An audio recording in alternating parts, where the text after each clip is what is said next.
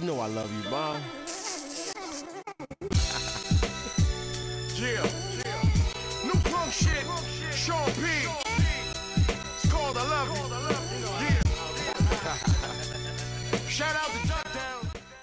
L'idée de ça, c'est qu'en France, il ne faut pas qu'on soit dans un délire de dire ouais, les rappeurs, c'est déjà, de toute façon, c'est Skyrock, et donc les rappeurs, c'est une classe, ils ne savent pas parler, ils se la racontent, et bref, ce qui les intéresse, c'est de vendre des CD. Nous, les danseurs, on se met en mode avec les mairies, les associations, et on fait nos spectacles, et on s'en bat les couilles. Non, le hip-hop, c'est une totalité, tu vois, c'est une totalité, et je pense, quand tu vois un clip, un morceau comme Classique, qui est pour faire la promotion d'Adidas, où tu retrouves Kanye West, où tu retrouves DJ Premier qui fait le son, où tu retrouves Rakim, où tu retrouves Nas. Tu vois ce que je veux dire, et que tu vois des graffeurs qui sont en train de faire l'effigie de chaque rappeur, machin, tu te dis à un moment donné, ben, ces morceaux ils datent de 2008, Rakim c'est l'un des plus anciens MC que je connaisse moi, à part des Big Daddy Kane et compagnie, toujours en exercice je veux dire, tu te dis à un moment donné, les mecs, si vous connaissez, tout le monde est sur YouTube, tout le monde va avoir des vidéos, les mecs, il est temps de vous dire que vous n'êtes pas seul au monde, tu vois ce que je veux dire. Et je pense qu'en France, on a un petit peu ce délire-là de se dire quand on commence à faire un petit truc intéressant,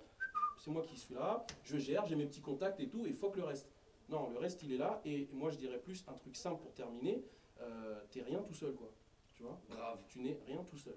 Exactement. Voilà. Moi, c'est mon message, et c'est le discours, et c'est le discours du président, mais c'est le message que je veux véhiculer, quoi. C'est-à-dire, bah, tu peux représenter une entité, tu peux être un mec super cool, tu peux être un mec super en place. Si tu partages pas, ta réussite, elle vaut que dalle.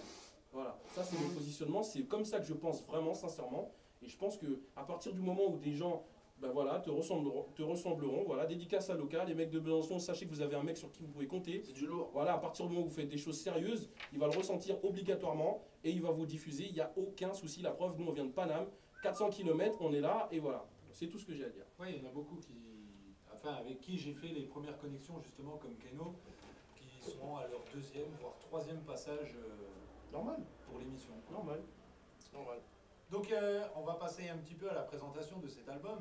Yes, ouais, tu vois, moi si tu me laisses la parole... Et moi, par je parle. contre, entre parenthèses, une fois de plus, si tu cherches du monde pour ton ministère, tu as le ministère radiophonique. Ah, mais voilà. Et voilà. Tu vois, moi dans le délire, parce qu'il faut quand même que je finisse, moi je me suis, tu vois, j'ai commencé, j'ai fait Hip Hop République, moi je prends le rôle de président. Maintenant, chacun crée son ministère, tu vois, parce qu'en fait, la vérité, c'est que c'est tellement libre que, tu vois, lui, il m'a dit, bah écoute, moi c'est le travail du ministre du travail à la chaîne, parce que moi j'enchaîne, et voilà, il est vraiment comme ça, c'est un mec, il est hyper actif, son fils il a 3 mois, il fait déjà des pompes et tout, enfin voilà, c'est un délire qui s'enchaîne, mais voilà, et donc chacun choisit son ministère. Si tu me dis que moi je suis le ministère du couteau suisse, et ben tu prends ton ministère, tu vois, et tu le crées, et tu Pourquoi le couteau suisse?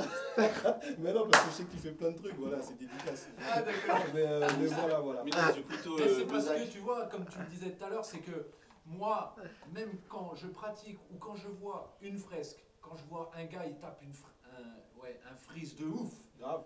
Quand je vois un DJ en train de faire des passe-passe, en train de phaser sur ses tables de mixage, quand j'écoute des morceaux genre Gigi Pop, Keno, ou même des gens sur scène, tu sais, qui font des morceaux rap de ouf, j'ai des frissons parce que la culture, je la ressens. Exact. Voilà. Tu vois, la culture hip-hop, en fait, c'est toutes ces disciplines, sans oublier le beatbox, tout ça.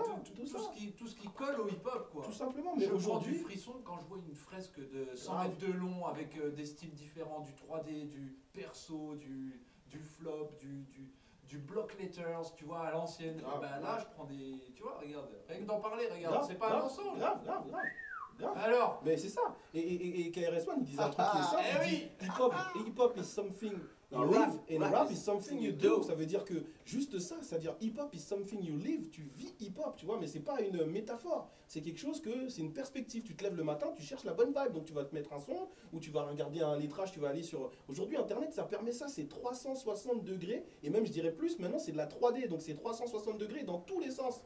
Donc comment on peut se priver de dire, ouais, mais non, que no MC, je vais pas écouter. Hip-hop, non, j'ai pas le temps.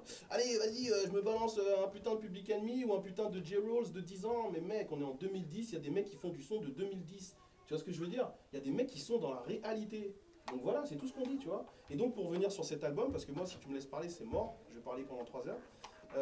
Ben voilà, l'album, c'est Guillaume et Sébastien. Donc j'ai un beatmaker qui habite juste à côté de chez moi, qui s'appelle Seb Maestria. Il a bossé avec Speech, d'Artistic Development. Il a bossé avec Buff One, donc c'est Athletic Mike League, des mecs de Détroit. Voilà, et donc on se rencontre dans un studio en 2006 pour des mecs qui m'ont invité.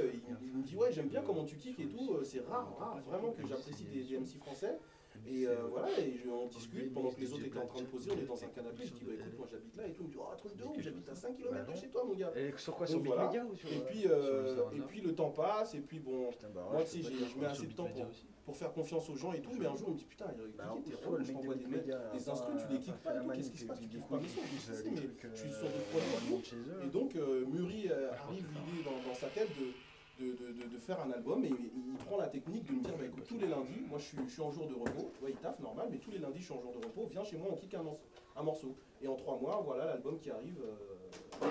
Donc j'ai travaillé sur des projets d'albums, donc j'ai des albums qui arrivent derrière tu vois. Mais ce truc là il s'est fait comme ça en 3 mois, donc l'année dernière, avril, mai, juin. En juillet on fait une série de photos avec mon pote H, Bombe, qui pose aussi sur l'album. Et puis voilà. L'album Guillaume et Sébastien naît comme ça quoi. Donc voilà, et ça tombe bien parce que je traînais un peu sur mes autres projets et puis là ça s'est fait très rapidement. Le mec a été ingé son pendant 5 ans, il a bossé avec Bomb Attack, donc quand même assez référence. Et puis voilà, je te dis la plus grosse référence c'est Speech. Sur le dernier album Groundman Folks, pour pas que j'écorche le nom, ouais, c'est ça, qui a d'abord été sorti au Japon. Et ben l'un des 2 titres qui sont les singles, c'est Seb Maestria qui les a produits, un petit mec qui habite à Lagny, à la campagne, dans le 77, tu vois. Donc voilà, donc un mec que je dédicace, qui vient de Reims à la base, et voilà, qui est devenu pareil, un pote, un ami, et on partage plein de choses ensemble, et c'est cool. Donc voilà. D'accord. Et donc pareil, même question que celle pour Keno, Yes. un morceau. Eh ben écoute, on va commencer par la 2, tranquillement, vision large, j'y décris plein de choses, et puis voilà, les gens vont découvrir et toi aussi. Et juste après, Rhyme Square. Ah, Rhyme Square, on est là. On va Rhyme parler Square. du concept Yes, Rhyme Square. ça marche. Mais juste avant de parler du concept de Rhyme Square, on aura peut-être une petite séquence que j'expliquerai tout à l'heure. Vas-y, ça roule. Donc toujours le cas en compagnie de Gigi Pop, Keno MC, Yeah, yeah. Mr.